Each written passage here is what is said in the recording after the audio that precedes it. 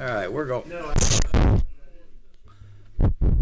right, we call this the House Regulated Industries meeting to order. We're going to go ahead and start on. We had Bill HB 1254 recommitted from rules today for some minor clarification on that. Representative Reed, if you'll come on up.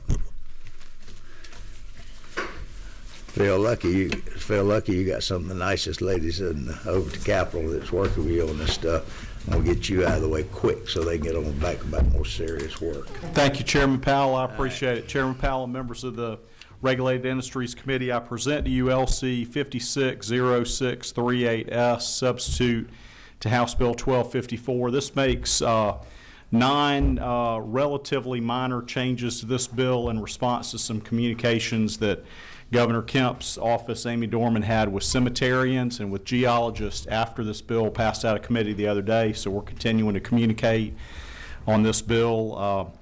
It is 61 pages long, but the new things in there are less than a page out of that. So respectfully request your approval. I'm glad to go in as much or as little detail as the committee would like.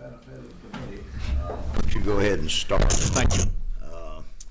Chairman, on lines 99 through 100, we are striking pre-need dealers or burial and funeral merchandise dealers.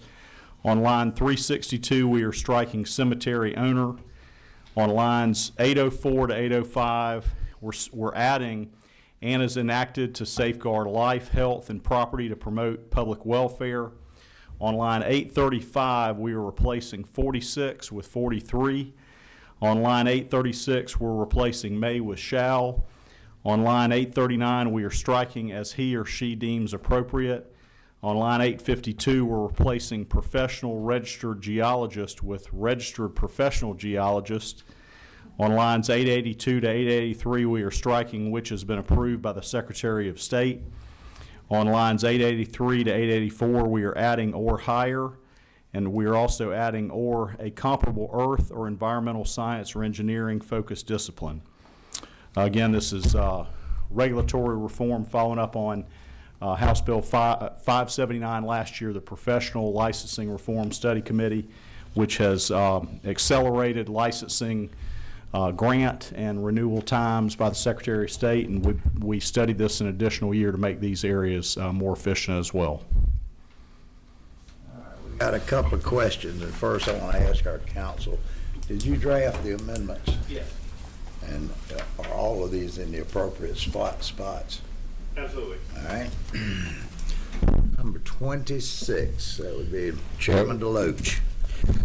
Mr. Chairman, in light of the fact it's always been my nature to try to be helpful, I would like to point out to the members of the committee that all those lines and changes he read, we have in our folder a sheet showing exactly all of those. We do have that. All right. Mr. Mitchell. Thank you, Mr. Chair. Very simple before, if I'm allowed to make a motion, Mr. Chairman, and that is it typical that our board members aren't compensated for their services? I think it varies. Mm-hmm. And we're able to find good people as a result. Mr. Chairman, I'd like to make a motion if I can. A motion in just a second. Has anybody else got any specific questions about any of the line items? No? This would be the time. Mr. Chairman, I'd move to pass. We have a motion. Do we have a second? Second. We have any discussion, any possible amendments, any concerns? If not, all in favor say aye. Aye. Ayes have it. Thank you so much. See y'all. Appreciate it.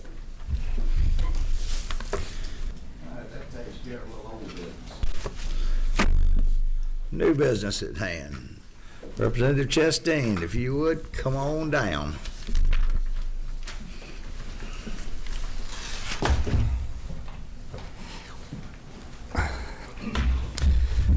Okay, thank you, Mr. Chairman. Members of the committee, we're back. We were in subcommittee a few minutes ago.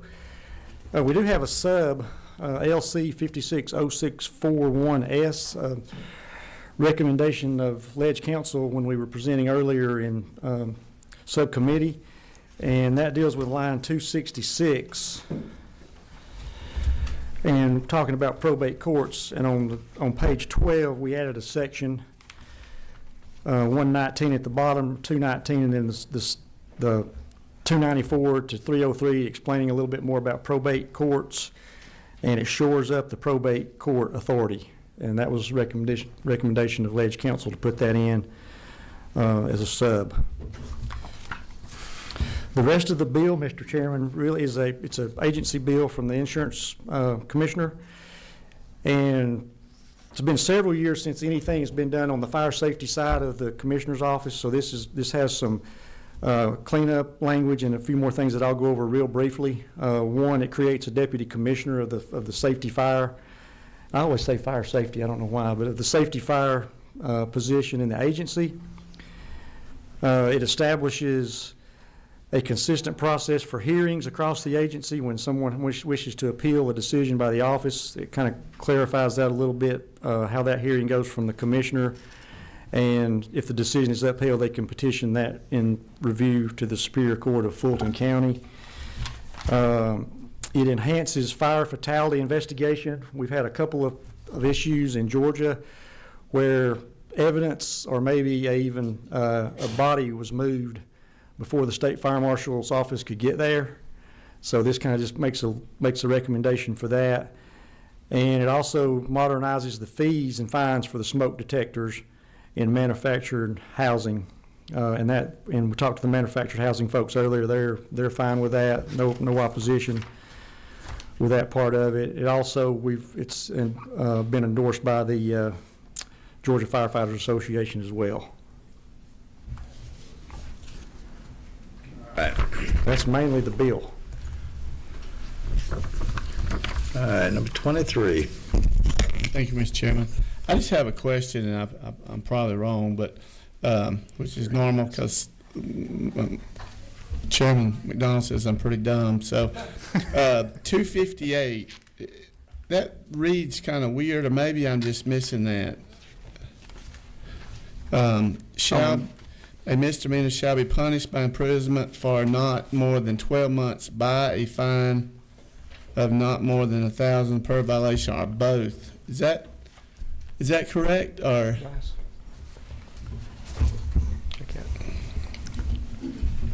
Maybe you need to introduce your colleague there. I will, Mr. Chairman. Sorry about that. I have Bryce Rawson with me he's from the State Insurance Commissioner's Office. Representative McCullum, and he can hopefully answer that question.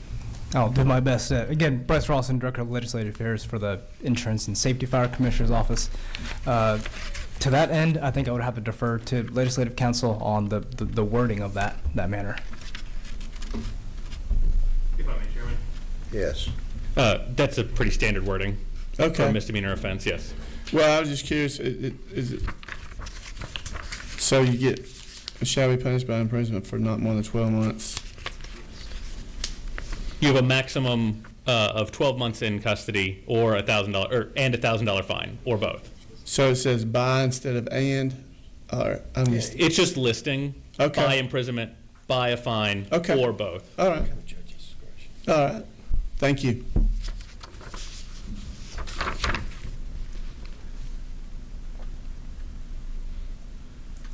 I might ask a question on lines 272, raising maximum fine from $25 to $250.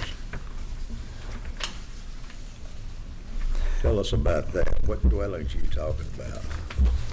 Yeah, so the type of dwellings you could think of like apartment buildings that are within our jurisdiction. So you can think of like these multi-level high-rises that we require smoke detectors. Right now, if you take a look at the fine is actually less than the cost of a modern-day smoke detector.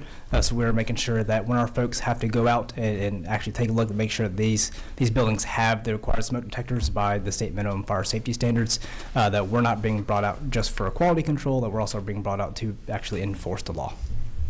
And these would be apartment units that are for lease, not private apartments. That would be one example, yes.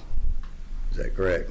Would not be Yes, private. as long as they're within our jurisdiction. So if you can, it depends on the type of dwelling that it is. But if Typically, single and single and two-family homes fall outside of our jurisdiction as a state fire marshal's office, but in general, any other type of building would be subject to the state minimum fire safety standards.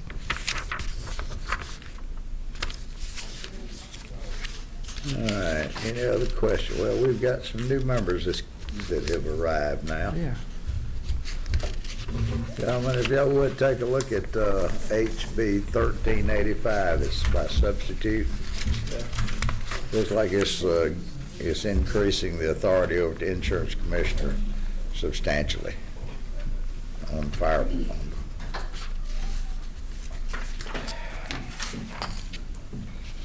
We'll give you just a second or two to study it over.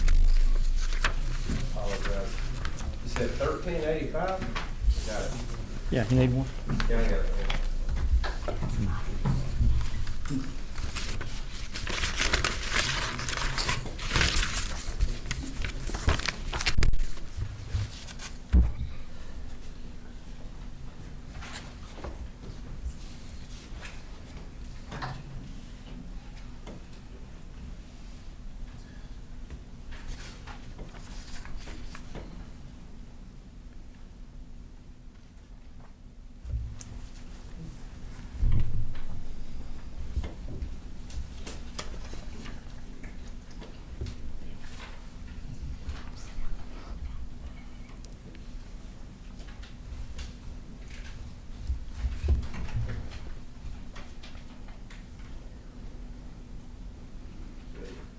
Just wave your hand when you think you've had a chance to go through it. All right. Chairman Carpenter. Thank you so much. So just a quick question. Obviously, I'm just getting trial by fire, if you will. But is this going to make the process faster than what we're experiencing today on issues with building permits and all that stuff? Because I know sometimes you get a lot, especially on bigger projects, there's some pushback that we're not able to meet the needs of the private sector. Is that the purpose? I think that's in that one section, I think that's the intent of the bill. And also when they have an issue like that, to be able to get it quicker from the commissioner. What's you, Bryce? I would certainly agree with Representative Chastain. What this does is it sets up the appeal board itself. After you have gone through all the appeals processes with the local governing authority, at that point then, instead of having to go to a court directly, you can now go to this appeals board that is staffed, as you'll see on page 6. So it will also actually help save some of the legal costs as well from some of our cities and counties who may have to fight the developer perhaps who are trying to invest in that community.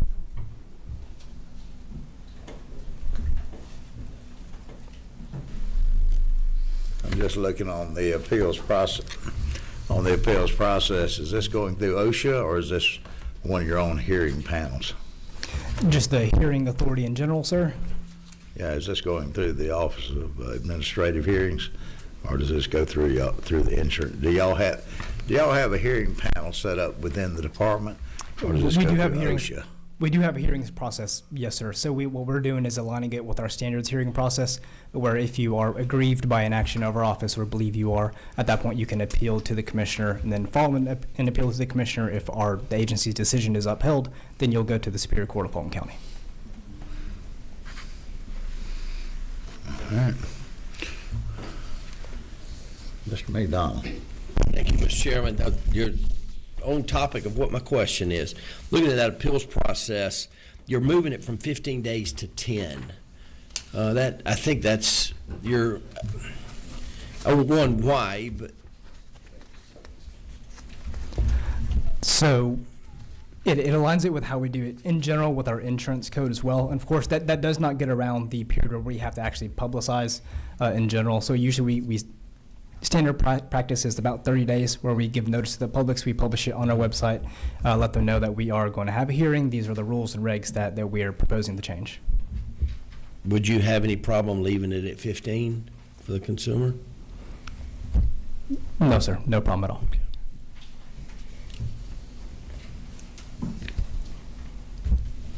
Hey, Mr. McCollum. Thank you, Mr. Chairman. So I have two Chairman Carpenter's question.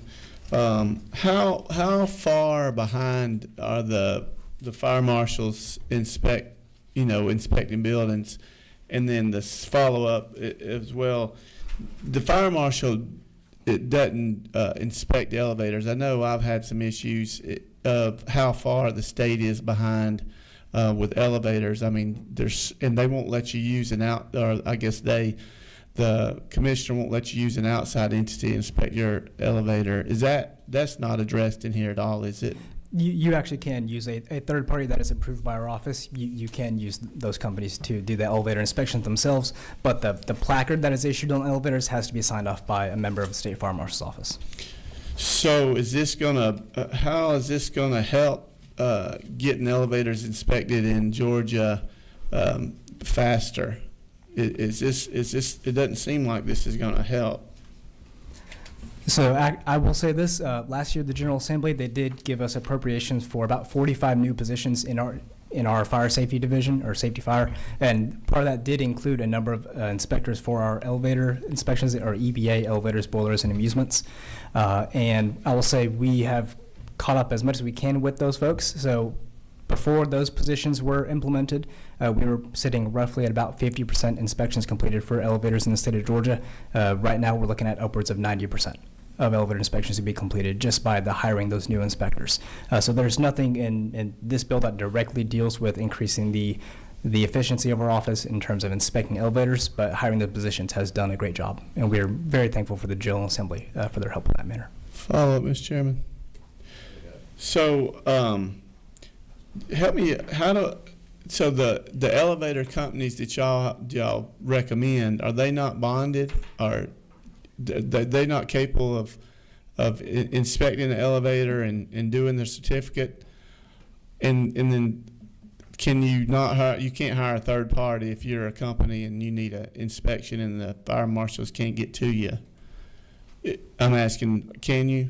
Yeah, yes, you can. It just the final, so we'll get the inspection report back from those third-party companies, and our folks will have to undergo a review of that just to make sure that it was comprehensive. And of course, we generally only work with companies that we do trust.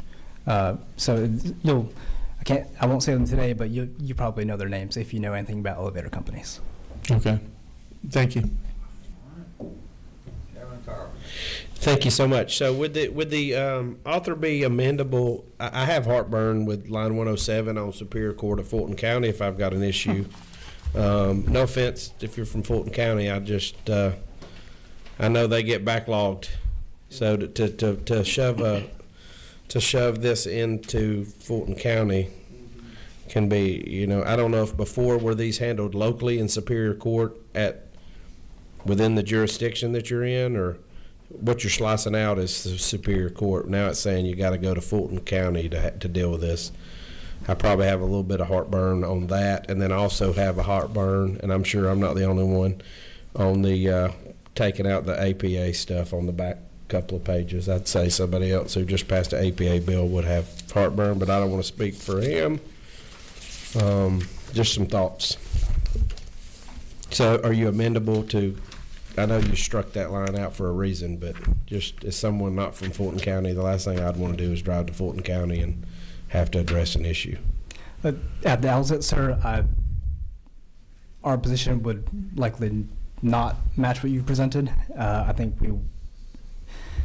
the issue that we run into is that our legal division at the OCI, while they are incredibly talented, they are also incredibly limited in quantity. And it is already incredibly hard to get, if we have to go to every single venue that is across the state of Georgia. Our attorneys who are driving it are quite expensive in that manner. It may be difficult for them to handle their other regulatory matters, just given our current staffing levels. So a friendly suggestion would be maybe statewide business court, something like that has some bandwidth. I think. I know there's some other issues that made the statewide business court. Made you nervous about that, but I think this type of issue might work better in a statewide business court from an efficiency standpoint. Just a suggestion.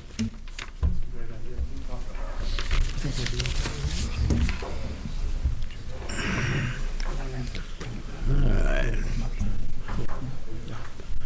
Chairman Dubnik. Thank you, Mr. Chairman. To the bill author and to the gentleman here, if you could go with me to line 312.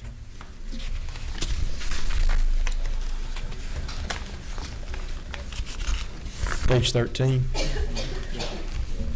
It says upon receipt of a sufficient number. How is it that we are to define sufficient number and then separately at the end of that line, complaints of a serious nature? So my questions are, is sufficient number outlined and defined in code, and is complaints of a serious nature outlined and defined in code?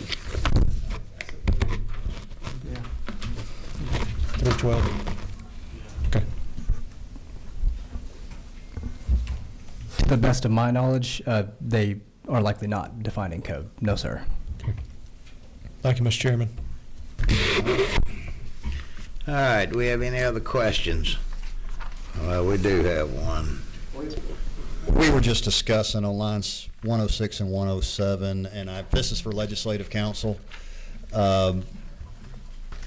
Is this update requiring them to go to Superior Court of Fulton County because of the case law that just was made that we have to basically sue the state of Georgia in Fulton County Court, or does that have nothing to do with this?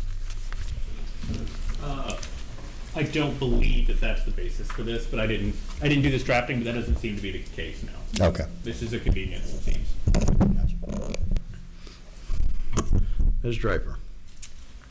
Thank you, Mr. Chair. On the discussion of whether Fulton County Superior Court or the statewide business court is appropriate, my understanding is the matters that go to statewide business court are much more complex than perhaps what this bill would cover, and you can correct me if I'm wrong with that, but to the extent that's true, sending it to statewide business court might actually delay matters as opposed to a more streamlined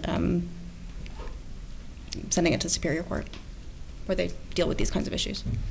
But if you have opinions on that, I'd love to hear them.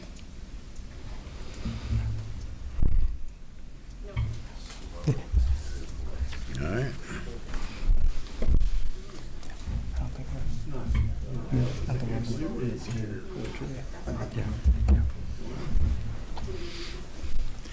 I can tell there seems to be a little bit of consternation with this bill. If I might, I want to, it's a prerogative of the chair, I want to suspend action on this bill. And I'd like for Ms. Draper, Representative Chairman Dubnik, Mr. McCollum, would y'all like to sit down and meet with the author? I would have one question. You know, I look in here that y'all want to suspend the APA. Y'all don't want to go in front of the administrative procedures for y'all's rules and regs. And why would that be? That's one of the most popular bills that's passed this session, was putting you bureaucrats under a little bit more tighter control. No idea why. I think I'll have to defer to the chairman's discretion on if you'd like to suspend You're a the good comment man, period. Bryce. You're a good man. Right answer. All right. We're going to suspend action on this bill. If y'all Mike could get with him, we'll call this meeting. We'll have another committee meeting probably tomorrow or the next day, and see if we can get this cleaned up. And Chairman Carpenter, why don't you just weigh in there with them other three? Yeah, that'd be good. That looks like y'all can really scrape down to the bone on this. All right, thank you, Representative. Thank you. All right. Well, let's see. Come on up, Chairman Leverett. Whip Leverett.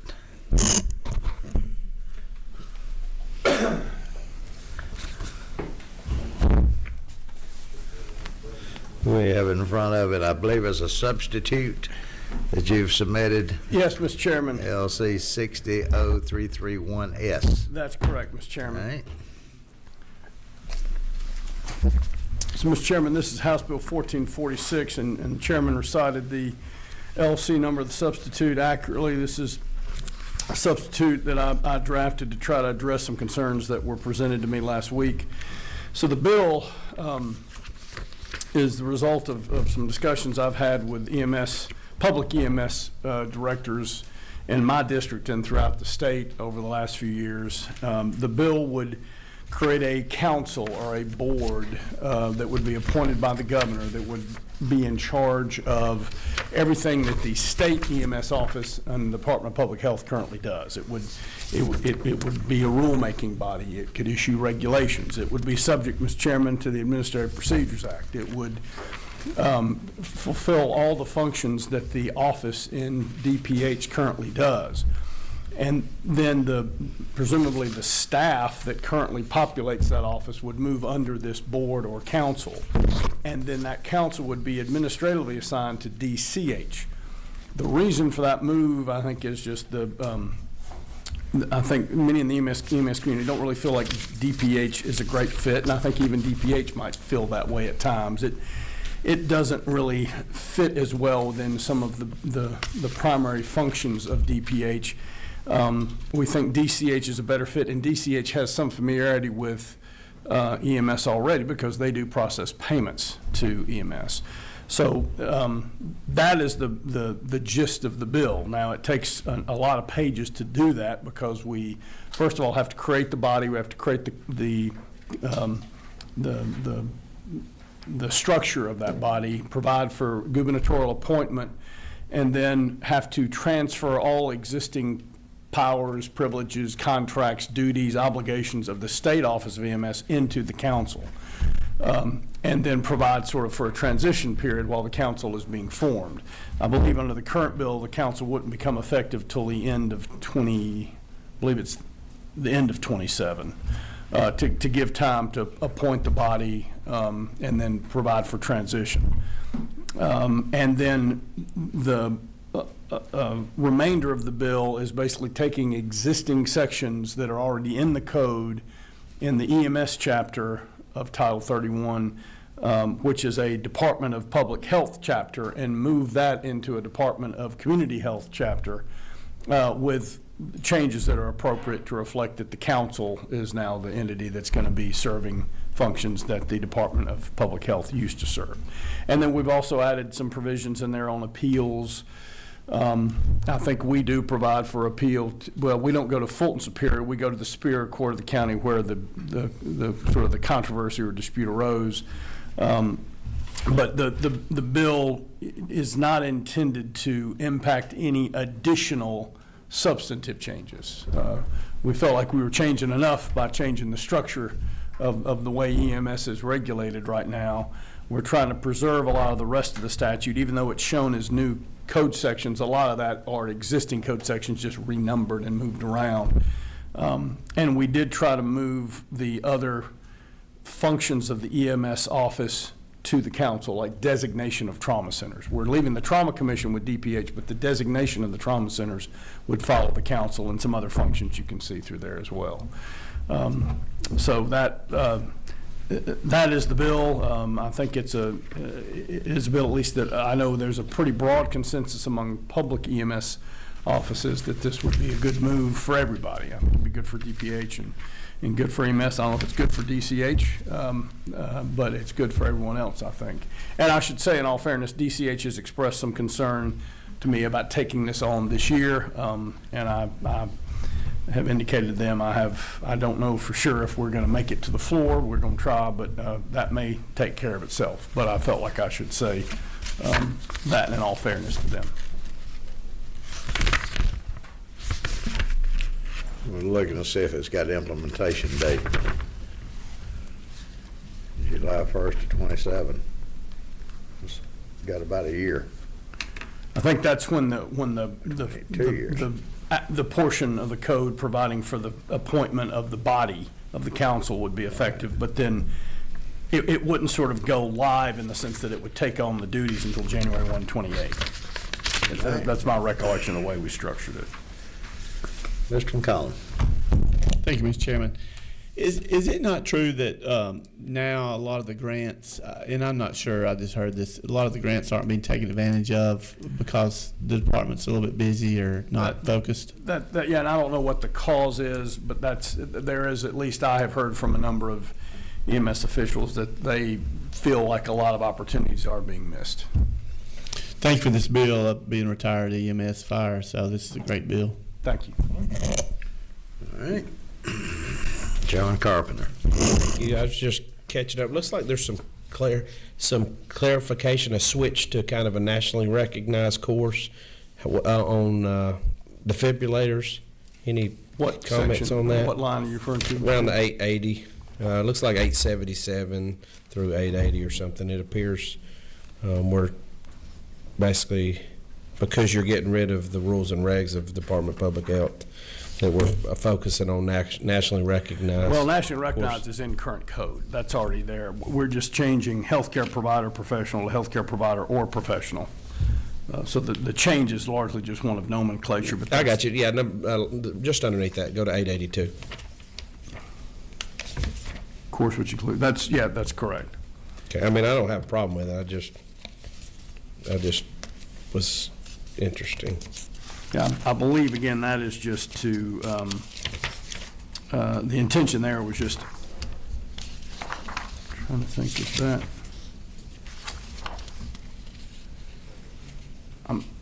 I'm not sure if that is cleanup or if that is making this code section consisting with other changes that have already been approved. Gotcha. Because I know we've passed some stuff on defibrillators that Chairman Hawkins Gotcha. had, and that may be May what that clear is, but that I can't say for sure. And then the last question is, I'm looking, but I don't see, how is this new council, who chooses who's on it? How does all that? The governor would select them, and it would come largely from the RIMSACs, the regional EMS councils. We have provided for one private provider. Some of the private providers have told me they would like to have a few more people in the room, and that's something we're certainly willing to look at. But the governor would just appoint the council. But the idea is that people on RIMSACs would populate it. Gotcha. Thank you. So you'd have people who are familiar with sort of the front lines of EMS making decisions that impact the front Sure, lines. absolutely. Thank you. All right. Any other Representative McCollum. Thank you, Mr. Chairman. I think, Chairman Carpenter, a lot of the reason they put nationally recognized is because the state of Georgia, we would just use the criteria for training that's already in place by the National Register, recognized groups. Just like Georgia doesn't have a test for EMTs, we use the national recognized because they would recreate the wheel for no reason. And there was some testimony in the subcommittee, I think, about reciprocity. That's the same. By using national recs, you can use it over across border state lines. One other thing, how many board members? I didn't see it in here, and would they be an appetite for appointing like the speaker and LG, some other legislative part instead of just all the governor? I don't know how many he's appointing. Or. Well, we've got, the governor appoints one member from each RIMSAC with preference to be given from the chairperson, then one member from private ambulance service, and then one member from knowledgeable of the EMSC by the governor, and then we've got one member knowledgeable of EMSC to be appointed by the speaker and one member to be appointed by the president of the Senate. Okay, thank you. So we do have one speaker appointed. Okay, good. Thank you. Any further questions from any of the committee members? My goodness, y'all sure are an agreeable crowd today. All right. I understand this was fully vetted in the subcommittee. I understood that there were a good bit of testimony from our EMS professionals. There was, Mr. Chairman, from some of the private and was any, did public health, did they have any commentary on that? I've met with a representative of public health. They made a few comments, and some of those changes are reflected in the bill. I think I feel like I'm characterizing accurately, say that they are neutral on the bill. They did have some concerns, but they are neutral on whether EMS stays with them or goes elsewhere. All right, very good. Well, I don't see any more lights, so everybody's satisfied. If not, what's the mood of this committee? We have a motion. Second. We have a second. I see your light flashing. No. All right, we have a motion and a second. Do we have any further questions or discussion? Any proposal amendments? If not, all in favor say aye. Aye. Opposed, and the ayes have it. Thank you, Mr. Chairman. You've Thank done you, a Mr. yeoman's Committee. work. You killed a lot of pine trees with this bill, Yes, sir, my I friend. did.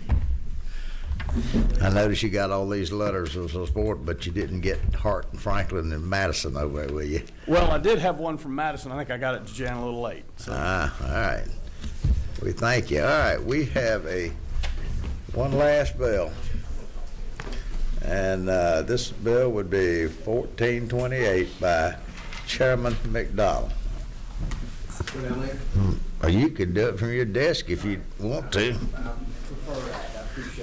The way your luck's going here lately, we can be voted down while you're sitting up here, or you can be voted down when you're down there looking at us. All right, have at it. All right. Thank you, Mr. Chairman, members of the committee. Got House Bill 1428 LC 474059. This was passed unanimous at a subcommittee just about an hour and a half ago. Basically, House Bill 1428 was brought to me by the professional engineers. It's a bill that's kind of a housekeeping bill that cleans up something that happened back in 2022. The land surveyors and the professional engineers were moved out from under the Secretary of State's office into their own, I guess, their own licensing board. Sir? Freestanding agency. Yes, sir. PELS is they have their own licensing board, not under Secretary of State. When this happened, they did not put in code that they could retain the incidental revenues that they get from licensing and the nice licenses that they send out to the individuals that have been approved. When this happened, there was a little over $300,000 that was left in the Secretary of State's under that auspice of that went away. And so this will allow them to now be able to collect for those incidentals. And they're the only licensing agency in the state that does not do this yet. And so this will allow them to do it. All right, can you tell the committee how much they charge for a license? I'll have to phone a friend for that because I'm not an engineer. I may act like one sometimes, but I'm not. All right. Questions from the committee? You have absolutely swooned. I this did committee. good, didn't I? I do not see the first light on. It's changed for me, Mr. Chairman. I'm amazed from the last 2 or 3 bills I've sat in Yes, committees and listened to you on, so we do have a light. No, I'm going to move to pass, Mr. Chairman. You have a friend down there and a friend next to you. We have a motion and a second. Any further question, any commentary? If not, all in favor say aye. Aye. Opposed, and the ayes have it. Thank you, Very Mr. Chairman. good. Thank you, committee. Ladies and gentlemen, I appreciate y'all. We'll probably have another meeting this week for the 3 or 4 of y'all, if y'all would. See if y'all can meet with Representative Chastain in the Insurance Commissioner's office. I have some concerns with a lot of things they're asking for. It's maybe an inflationary bill, but you know, when I see that part in there where they want to do with APA no sooner as it's passed. No, I don't think so. So y'all feel free to scrutinize it very well, and I would, and this chair would appreciate it. Ladies and gentlemen, if there's nothing else, this committee is now adjourned. So there's a